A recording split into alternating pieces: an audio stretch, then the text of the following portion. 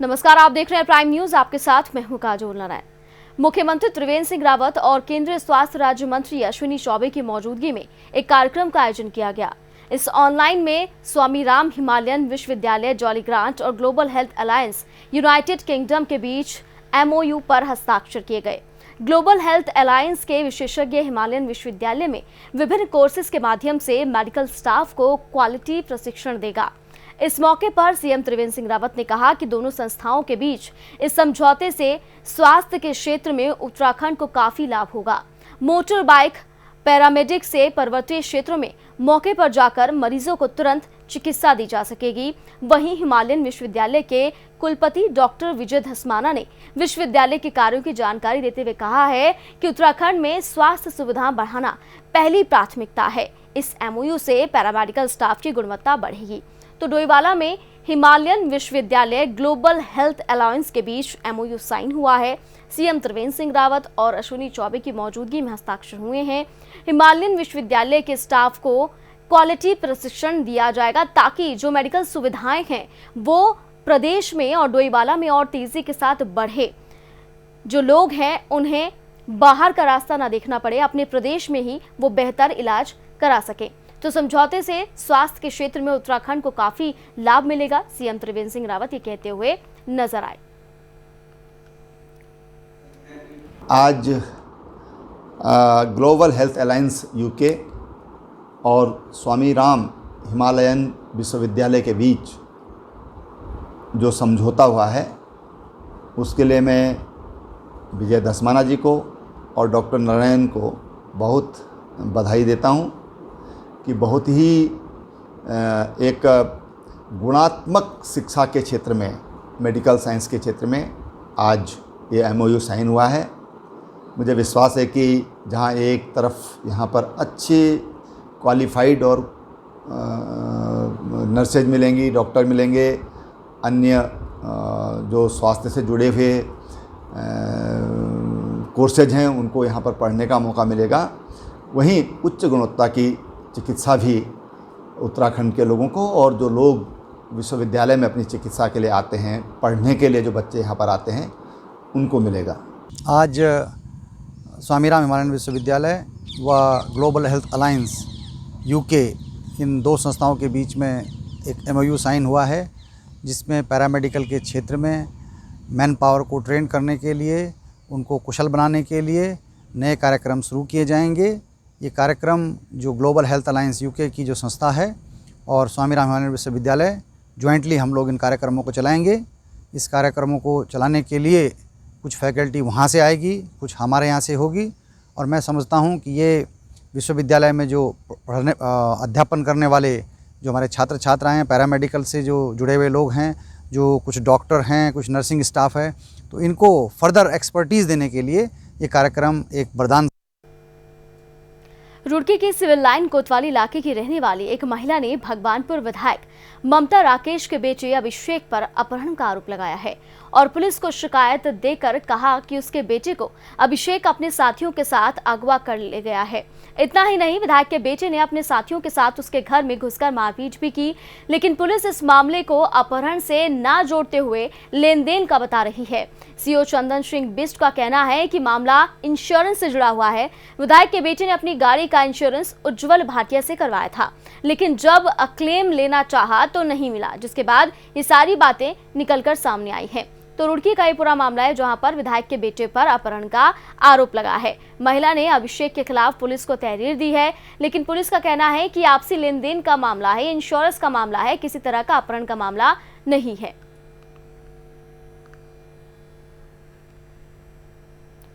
तो रुड़की का ये पूरा मामला जहां पर आपसी लेन देन का मामला पुलिस इसे बता रही है, लेकिन महिला विधायक के बेटे पर अपहरण के गंभीर आरोप लगा रही है। महिला ने अभिषेक के खिलाफ पुलिस को तहरीर दी है। साथ ही साथ ये कहा है कि अभिषेक ने उनके बेटे का अपहरण किया, लेकिन पुलिस की तरफ से कहा जा रहा है कि किसी इंश्योरेंस का ये पूरा मामला था और इंश्योरेंस यहां पर करवाया गया था, लेकिन जब क्लेम मांगा गया तो क्लेम नहीं मिला। तो आपसी लेन देन का मामला पुलिस इसे बता रही है, लेकिन महिला का सीधे तौर पर कहना है कि अपहरण का मामला है और अपहरण उनके बेटे का किया गया है।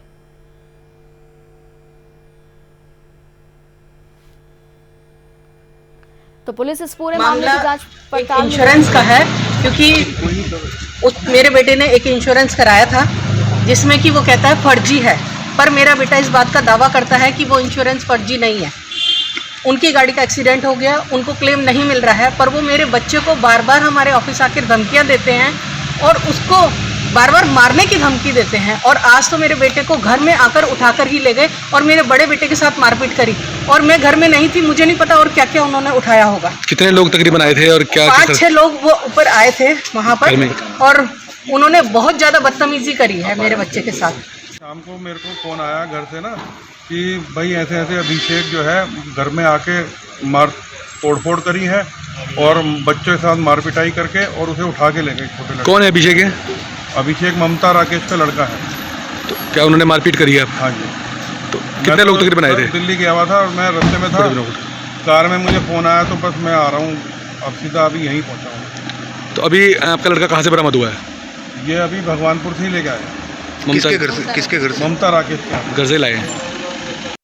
इस लड़के को इसके घर से बुला के ले गए थे और विधायक जी घर ले गए थे। कोई इसमें कोई अपहरण वाला मैटर नहीं है। आपस में उन लोगों का यही मामला था कि भाई ये पैसा पेमेंट नहीं हो रहा तो इसको पेमेंट कैसे होगा, ये लड़का ही जान सकता था, क्योंकि इसी के द्वारा इंश्योरेंस किया गया था और इसके द्वारा अभी हमें बताया गया कि ये इसमें करेक्शन लेटर कंपनी ने इसको दिया है जिस आधार पर इंश्योरेंस अब मिल सकता है। सर लेन देन का मैटर था, ये जानकारी में हमारी भी आया है, लेकिन जो जिसके बच्चे को लेके गए थे उनका महिला का आरोप है कि घर में घुसे, मारपीट की परिवार वालों के साथ में और उनके बच्चे का अपहरण करके नहीं, मारपीट नहीं की गई। वहाँ विधायक जी के घर पे बुलवाया गया था, वहाँ पर और भी काफ़ी लोग थे जहाँ पर वार्ता चल रही थी, और लेकिन उनको ये लगा कि यहाँ से भगवानपुर लेके थाने पे क्यों नहीं लाए, तो इसी बात पर वो उन्होंने टेलीफोन थाने पे किया था, तो उनको हमने थाने बुलवा लिया था। अभी क्या कंडीशन सर? अभी कंडीशन दोनों पक्ष आपस में वार्ता हो चुकी है। वो यहाँ से दोनों पक्ष जाएंगे, वहाँ इंश्योरेंस के लिए गुड़गांव जाना है इन लोगों को, वहाँ कंपनी का जो करेक्शन लेटर है उसको दिखा के इंश्योरेंस का जो पेमेंट होना है वो पेमेंट हो जाएगा उसमें। डोईवाला के प्रेमनगर और चांदमारी में लगने वाले जाम और दुर्घटनाओं पर विराम लगने वाला है। दरअसल चांदमारी मोड़ से लच्छीवाला फ्लाईओवर तक पक्की सड़क बनने की मंजूरी मिल गई है। सड़क निर्माण में वन विभाग का रोड़ा भी दूर हो गया है, जिसकी जानकारी वन क्षेत्राधिकारी घनानंद उनियाल ने दी है, जिसको लेकर स्थानीय लोगों में खुशी का माहौल देखने के लिए मिल रहा है। तो डोईवाला में प्रेमनगर वासियों को बड़ी सौगात मिलने जा रही है, उन्हें जाम से निजात मिलने जा रहा है, क्योंकि चांदमारी रोड से लच्छीवाला तक एक पक्की सड़क बनने की मंजूरी मिल गई है। सड़क निर्माण में अब वन विभाग भी किसी तरह का रोड़ा बनता हुआ नजर नहीं आ रहा है। इससे पहले तमाम कोशिश की गई थी, लेकिन वन विभाग बार बार इस रास्ते के निर्माण में रोड़ा बनता हुआ नजर आ रहा था, लेकिन अब वहां से भी रास्ता साफ होता हुआ नजर आ रहा है। तो अब घंटों जो जाम में लोग फंसे रहते थे, उन्हें घंटों जाम में नहीं फंसना पड़ेगा।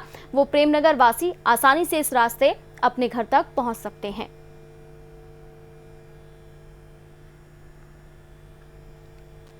से इसका क्लियरेंस हो गया है। इसका ज्वाइंट इंस्पेक्शन जितना होना था हमारे वन विभाग से और 3 विभागों से जो इनकी संयुक्त टीम ने जो रिपोर्ट देनी थी वो जा चुकी है। और ये वन विभाग से जो है इसका कौन सी रोड है, कितने किलोमीटर का ये 3.5 किलोमीटर की रोड है। ये चांदमारी जो मोड़ है हमारा, चांदमारी मोड़ से ये लच्छीवाला फ्लाईओवर तक है। ये 3.5 किलोमीटर का रोड है। रास्ता पूरा साफ हो चुका है। सड़क निर्माण के लिए वन विभाग ने रास्ता साफ कर दिया है। प्रेमनगर वासी जो हैं उनको जाम से अब निजात मिलने वाली है, क्योंकि चांदमारी रोड से लच्छीवाला तक एक पक्की सड़क बनने जा रही है, जो कि 3-3.5 किलोमीटर की होगी। आसानी से जो लोग हैं वो यहाँ पर जा सकते हैं, जो प्रेमनगर वासी हैं वो आसानी से अपने घर पहुँच सकते हैं बिना किसी जाम से जूझते हुए।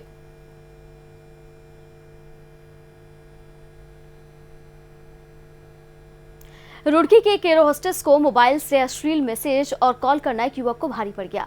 पीड़ित परिवार की शिकायत पर रुड़की पुलिस ने आरोपी युवक को गिरफ्तार कर जेल भेज दिया है। बताया जा रहा है कि आरोपी बीटेक टॉपर है और हैकर भी है, जो अलग अलग नंबरों से पीड़िता को अश्लील मैसेज और कॉल कर परेशान किया करता था। पुलिस ने आरोपी का मोबाइल फोन जब्त कर लिया है और जांच के आदेश दे दिए हैं। तो रुड़की का ये पूरा मामला है जहां पर एयर होस्टेस को अश्लील मैसेज करना एक युवक को काफी भारी पड़ गया। बताया जा रहा है कि बीटेक टॉपर है युवक और हैकर भी है। ये तमाम तरीके की मैसेज जो है वो लड़कियों को भेजता है जिससे वो परेशान कर सके, परेशान करने के इरादे से। जिसके बाद पीड़ित लड़की ने और परिवार ने पुलिस में शिकायत की। पुलिस ने आरोपी को गिरफ्तार कर जेल भेज दिया है। साथ ही साथ जो मोबाइल है वो जब्त कर लिया है, उसे भी जांच के लिए भेज दिया है।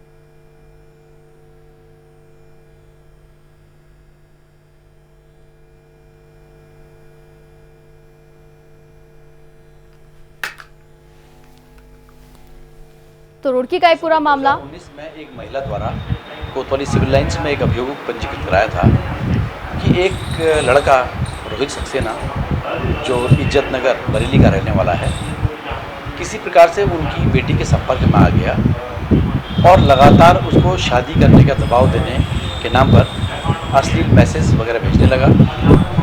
उक्त अभियुक्त रोहित सक्सेना के द्वारा करीब 700 नंबरों से, अलग अलग नंबरों से इस लड़की को व्हाट्सएप मैसेज किए गए।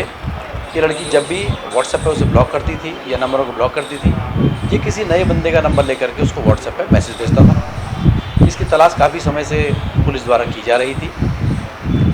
कल अभियुक्त को बरेली से गिरफ्तार किया गया है और माननीय न्यायालय के समक्ष प्रस्तुत करके जेल भेजा गया है। अभियुक्त के विरुद्ध आईपीसी की कई सेक्शनों में, जिनमें 354, 504, 506, एक्सटॉर्शन, 386, 87, 88 और आईटी एक्ट की धारा 67 आईटी एक्ट के अंतर्गत अभियोग पंजीकृत किया गया है।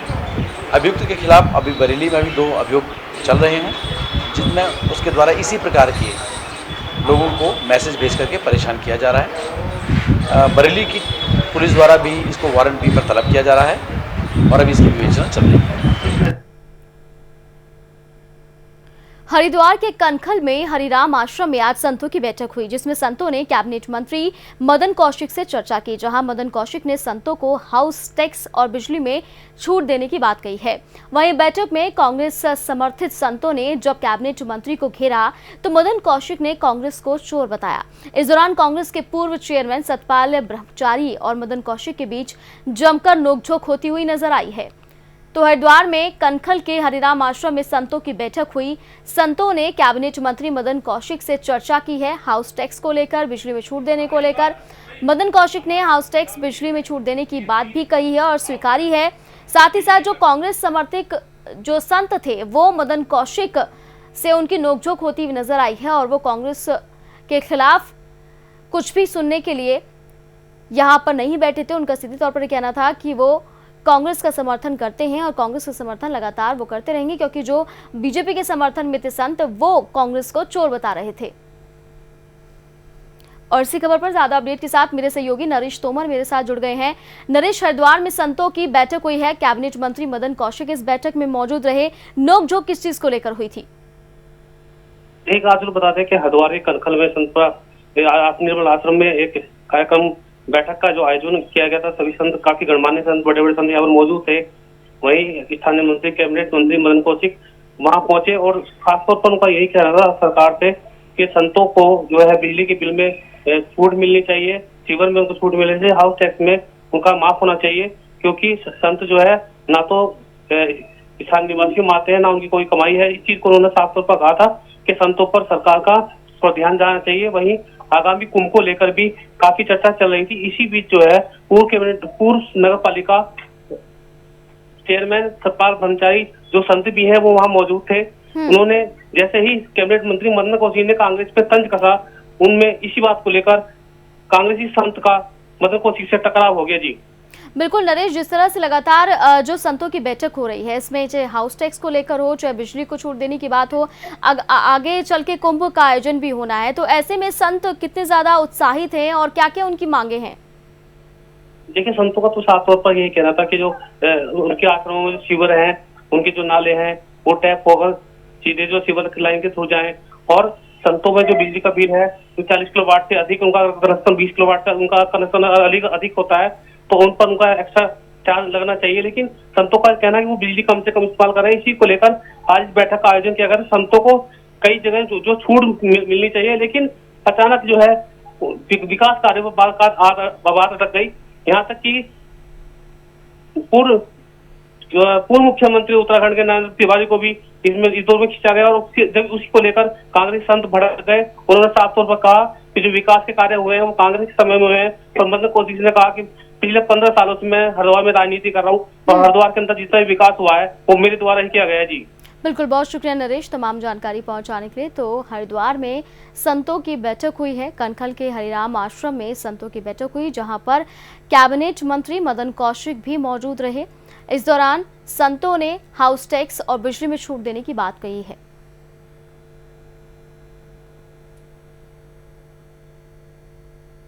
कोविड-19 से बचाव को लेकर आज पुलिस मुख्यालय में शपथ ग्रहण का आयोजन किया गया, जहां डीजीपी अनिल रतूड़ी ने सभी को शपथ दिलाई और सभी से कोरोना के बचाव और सावधानी बरतने की अपील की है। डीजीपी ने कहा कि सोशल डिस्टेंसिंग का पालन जरूर हो, समय समय पर सैनिटाइजर का इस्तेमाल और हाथ धोने की आदत में शुमार किया जाए, जहां तक हो सके भीड़ भाड़ वाली जगह जाने से बचा जाए। इस मौके पर पुलिस मुख्यालय समेत अन्य शाखाओं के वरिष्ठ अफसर मौजूद रहे। तो देहरादून में कोरोना के बचाव के लिए पुलिस मुख्यालय में शपथ ग्रहण का आयोजन किया गया। डीजीपी अनिल रतूड़ी ने सभी को कोविड-19 की शपथ दिलाई, साथ ही साथ कहा है कि सोशल डिस्टेंसिंग मेंटेन रखना है, सैनिटाइजर के इस्तेमाल पर जोर दिया है और ये कहा है कि भीड़ भाड़ वाली जगह पर जाने से बचा जाए।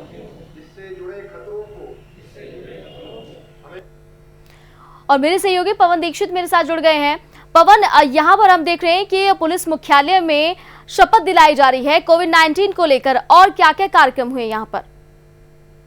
बिल्कुल काजल, आपको बता दें प्रधानमंत्री मोदी के निर्देशानुसार आज उत्तराखंड में तमाम जगह जो कोविड-19 का पालन करने के लिए आरोप किया गया है। वही विधानसभा में विधानसभा अध्यक्ष की अगुवाई में उन विधानसभा के सभी अधिकारियों और कर्मचारियों को शपथ दिलाई गई। तो वहीं सचिवालय स्थित विश्वकर्मा भवन में आज मुख्यमंत्री त्रिवेंद्र सिंह रावत ने सचिवालय के कर्मचारियों और अधिकारियों को कोविड-19 को लेकर के जो भी दिशा निर्देश केंद्र सरकार के द्वारा या जो कोविड-19 का प्रोटोकॉल है उसके अनुसार दिलाई गई। तो वहीं पुलिस मुख्यालय में पुलिस विभाग के तमाम आला अधिकारी एवं कर्मचारियों को पुलिस महानिदेशक के द्वारा शपथ दिलाई गई है। इसमें खास तौर से बात यह है कि जो 2 गज की दूरी और मास्क है जरूरी, सैनिटाइजर का इस्तेमाल करना या फिर साबुन से हाथ धोना, इन तमाम चीजों को लेकर भीड़ भाड़ वाले स्थानों पर ज्यादातर बचाव करना, इन तमाम चीजों को लेकर के आज शपथ दिलाई गई है। और इस शपथ को ये भी माना गया है, ये भी कहा गया है कि सिर्फ शपथ तक सीमित न रहे बल्कि इसको अपने जीवन में अपने आचरण में इसका इस्तेमाल किया जाए। बिल्कुल पवन, और ये बहुत ही अच्छी पहल है। क्या आगे चल के हमें इस तरह के कार्यक्रम और देखने के मिल सकते हैं? क्योंकि जिस तरह से उत्तराखंड में कोरोना संक्रमण बढ़ रहा है तो ऐसे में जरूरी हो जाता है कि हम खुद भी सावधान रहें और दूसरों को भी सावधान रखें। बिल्कुल काजोल, लगातार प्रधानमंत्री नरेंद्र मोदी कोविड-19 से बचाव को लेकर के जन जागरूकता से जुड़े हुए तमाम अभियान उन्होंने चलाए हैं। उनके आह्वान पर पूरे देशवासियों ने उसमें सहयोग भी किया है, चाहे वो थाली और थाली बजाने की बात हो, चाहे वो मोमबत्ती जलाने की, दिए जलाने की बात रही हो, या फिर एक दिन का जिस तरीके से जनता कर्फ्यू लगाने की बात रही हो। कि अभी तक कोविड-19 के बचाव को लेकर के प्रधानमंत्री के द्वारा जो भी देश की जनता के साथ, देश की जनता से जो अपील की गई प्रधानमंत्री के द्वारा, उसको बखूबी जनता ने निर्वहन भी किया है। जनता ने सरकार का प्रधानमंत्री मोदी की बात को पूरी तरह से माना भी है। कुल मिलाकर के अगर देखा जाए तो प्रधानमंत्री मोदी के द्वारा जो भी अभी तक कोविड-19 के बचाव को लेकर के जन जागरूकता से जुड़े हुए जो अभियान चलाए गए हैं उन सभी सरकार के साथ जनता खड़ी दिखाई दी है। बिल्कुल पवन, शुक्रिया तमाम जानकारी पहुंचाने के लिए। तो देहरादून में डीजीपी अनिल रतूड़ी ने सभी को कोविड-19 की शपथ दिलाई है, सोशल डिस्टेंसिंग, सैनिटाइजर के इस्तेमाल पर जोर दिया है। पुलिस मुख्यालय में इस शपथ ग्रहण कार्यक्रम का आयोजन किया गया था। धारचूला में राज्य मंत्री धन सिंह रावत का बीजेपी महिला मोर्चा की कार्यकर्ताओं और बीजेपी के वरिष्ठ नेताओं के जरिए पारंपरिक स्वागत किया गया, जिसके बाद धन सिंह रावत ने ब्लॉक सभागार में बीजेपी कार्यकर्ताओं और विभागीय अधिकारियों के संग बैठक की। कार्यक्रम में बोलते हुए धन सिंह रावत ने कहा है कि प्रदेश में स्वरोजगार के क्षेत्र में 2 लाख से ज्यादा रोजगार दिया गया है, साथ ही 4 लाख प्रवासी बेरोजगारों को भी रोजगार से जोड़ा जाएगा, जिसके लिए योजनाओं पर 1000 करोड़ रुपए खर्च किया जाना है। तो धन सिंह रावत की बीजेपी कार्यकर्ताओं के साथ बैठक हुई है ब्लॉक सभागार में। बैठक में अधिकारी भी मौजूद रहे, जहां स्वरोजगार को लेकर बातचीत हुई है। कहा गया कि स्वरोजगार के तहत 2 लाख लोगों को रोजगार मिला है और आगे भी रोजगार मिलता रहेगा, जिसके लिए योजना बनाई गई है। करीब 1000 करोड़ की ये योजना है। धारचूला के बैठक लिए हम लोगों ने और यहाँ पे हम लोगों ने 50 लाख रुपए का ऋण वितरण किया आपने। और देश की पहली सरकार उत्तराखंड सरकार है जिसमें कि हमारे मुख्यमंत्री जी दीनदयाल उपाध्याय किसान कल्याण योजना के तहत अपने 4 लाख से ज़्यादा किसानों को 0% के ऋण दे दी है ताकि किसानों की आय दुगनी हो।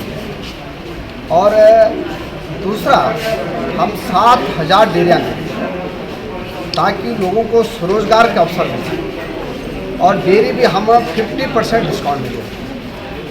हमने उच्च शिक्षा में 100% प्राचार्यों की नियुक्ति कर दी है, 100% टीचरों की नियुक्ति कर दी है। और अब पूरा ध्यान हमारा ये है कि हर कॉलेज को कनेक्टिविटी देने का है। और इस अक्टूबर के महीने में हमारे मुख्यमंत्री जी 4G कनेक्टिविटी से प्रत्येक कॉलेज को आच्छादित करने का है। कोरोना महामारी से निपटने के लिए जहां सरकार पूरी तरह से सतर्क है, वहीं स्कूल खोले जाने को लेकर भी असमंजस की स्थिति बनी हुई है। इसी को लेकर देहरादून के सबसे बड़े डीएवी इंटर कॉलेज में प्रधानमंत्री के आह्वान पर प्रधानाचार्य डॉक्टर AK श्रीवास्तव ने अपने सभी स्टाफ को कोरोना से बचाव के लिए सरकारी आदेशों के पालन की शपथ दिलाई। AK श्रीवास्तव ने सभी शिक्षकों को शपथ दिलाते हुए कहा है कि कोरोना महामारी से बचने के लिए सोशल डिस्टेंसिंग के पालन के साथ मास्क जरूरी है और स्कूल खुलने पर सभी स्कूल क्लासेस का सैनिटाइजर से छिड़काव होना भी बहुत ज़्यादा ज़रूरी है ताकि बच्चे जो हैं सैनिटाइजेशन के बाद ही कक्षा में प्रवेश कर सकें। इसके लिए प्रोत्साहित करने का भी मंत्री के आदेश के अनुसार हमने सभी साथियों को यहाँ बुलाया और निर्धारित समय पर एक जो बहुत इम्पोर्टेंट इशू है आजकल का, उसके अनुसार दी गई शपथ को जो है सभी लोगों को धारण करवाया। और ये आशा करते हैं कि सभी के सहयोग से यह बीमारी जल्दी से जल्दी हमारे देश से बाहर जाएगी। तो बीमारी तो अभी चली रही है, जब तक उसका टीका नहीं निकलता है तब तक तो इसकी कोई भी गारंटी नहीं ले सकता है कि ये बीमारी नहीं होगी। तो हम लोग को सतर्क रहना चाहिए और सावधान रहना चाहिए, दूसरों को भी इसके लिए प्रेरित करना चाहिए। तो इसका उपाय एक ही है कि सोशल डिस्टेंस और मास्क लगाना। तो डोईवाला में कोरोना से बचाव को लेकर शिक्षकों को शपथ दिलाई गई है। स्कूल खोलने की तैयारी में प्रशासन पूरी तरह से जुटा हुआ है। वहीं डीएवी कॉलेज के प्रिंसिपल ने अपने पूरे स्टाफ को शपथ दिलाई है और कहा है कि कोरोना से बचाव और सावधानी बरतनी है हमें और मास्क जरूर लगाना है, सोशल डिस्टेंसिंग को मेंटेन रखना है। जो भी बच्चे क्लासेस में आएंगे उनके हाथों को सैनिटाइज करना है, उसके बाद ही उन्हें क्लास में एंट्री देनी है।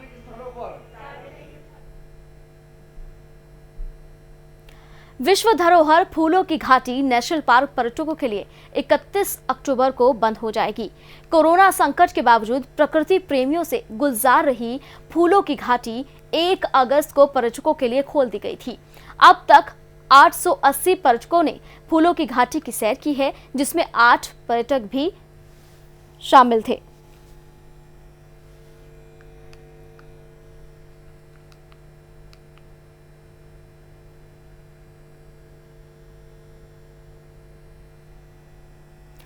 विधानसभा अध्यक्ष प्रेमचंद अग्रवाल ने आज विधानसभा के अधिकारियों और कर्मचारियों को 6 सूत्रीय कोविड-19 के बचाव की शपथ दिलाई है। इस दौरान मीडिया से मुखातिब होते हुए अग्रवाल ने कहा, आज अपने और अपने परिवार के साथ समाज को कैसे बचाया जाए, इसकी सभी ने शपथ ली है और ये भी सभी से आग्रह किया है कि इसे मात्र शपथ तक न सीमित करें, बल्कि इसे अपने आचरण में धारण कर लें। इस अभियान के लिए अध्यक्ष अग्रवाल ने प्रधानमंत्री मोदी को बधाई भी दी है। तो देहरादून में विधानसभा के अधिकारियों कर्मचारियों को कोविड-19 को लेकर शपथ दिलाई गई है। विधानसभा अध्यक्ष ने कोविड से बचाव की शपथ सभी अधिकारियों सभी कर्मचारियों को दिलाई है।